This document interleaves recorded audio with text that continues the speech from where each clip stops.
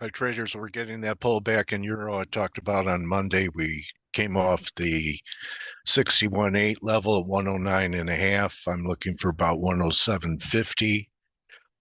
Here's a dollar index. We got through the moving average, the 200-day, which is a sign of weakness, not a sign of strength that we're heading back up. I view this rally as an important selling opportunity between 105, 105.50. Probably sometime next week. We'll be closed here in the US tomorrow, shortened session Friday. So anything can happen on that shortened session, but that's the roadmap that I'm working with. Aussie pulling back too. Aussie's going to be my preferred long after this dollar bounce. I could make a case that after this pullback in Aussie, the next target to the upside could be 69 to 70 up here, and we'll break this down channels that we've been in. So looking around the 64 and change level for some type of pullback in Aussie going forward. The gold's been tougher than I thought it would be. We did not get that type of little ABC pullback that I was looking for from Friday's high. And then we pulled back here and then challenging the highs right here. Wouldn't be surprised to see 2020 first and then the pullback.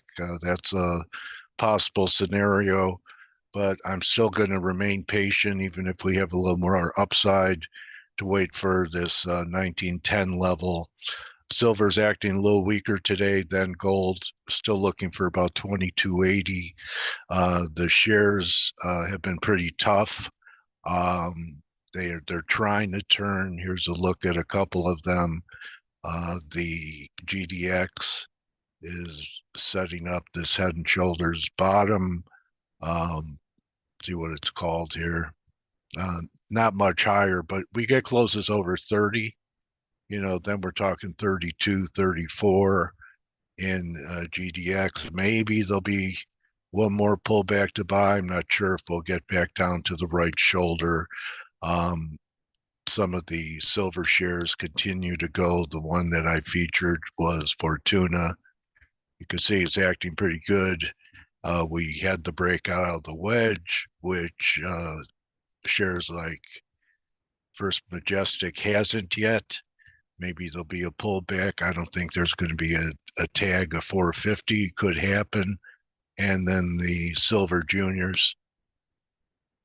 Some of the gold juniors, like BTG, has really not been acting that good unless we're just going to hold here. It's just been down and quiet. And part of the dollar rebound would, I think, be accompanied by some type of pullback in yields. And that's not happening yet. We have the 10-year 438. TLT, I wouldn't chase it here. They're calling it up at about 91.10. It looks good, but still going to wait for a pullback to buy it down into this, 86 level. And oh yeah, I do want to mention that Crude, after attempting to rally, is really under pressure. I think that we're headed back towards this 60 level. I just extend this out. Yeah,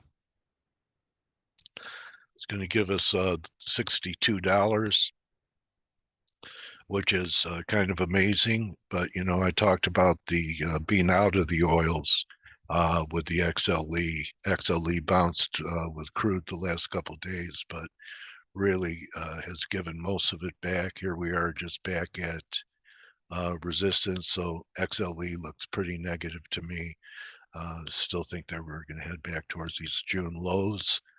And that's going to be a wrap into Thanksgiving. I just want to remind everyone that to be grateful, especially if you're a trader, that you have risk capital to work with, because there are many in this world who have to make decisions between paying for their utilities or medicine or food, and would not even have the thought of risking capital in the market.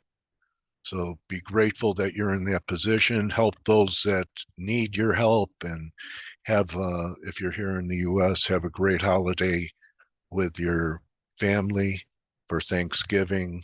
And really, when you think about it, every day should be Thanksgiving, because we all have something we can find to be thankful for. So I'll see you Monday. Good hunting, trade safe, and don't just count your pips, count your blessings. Adios from TradeGATEHub. See you in the room.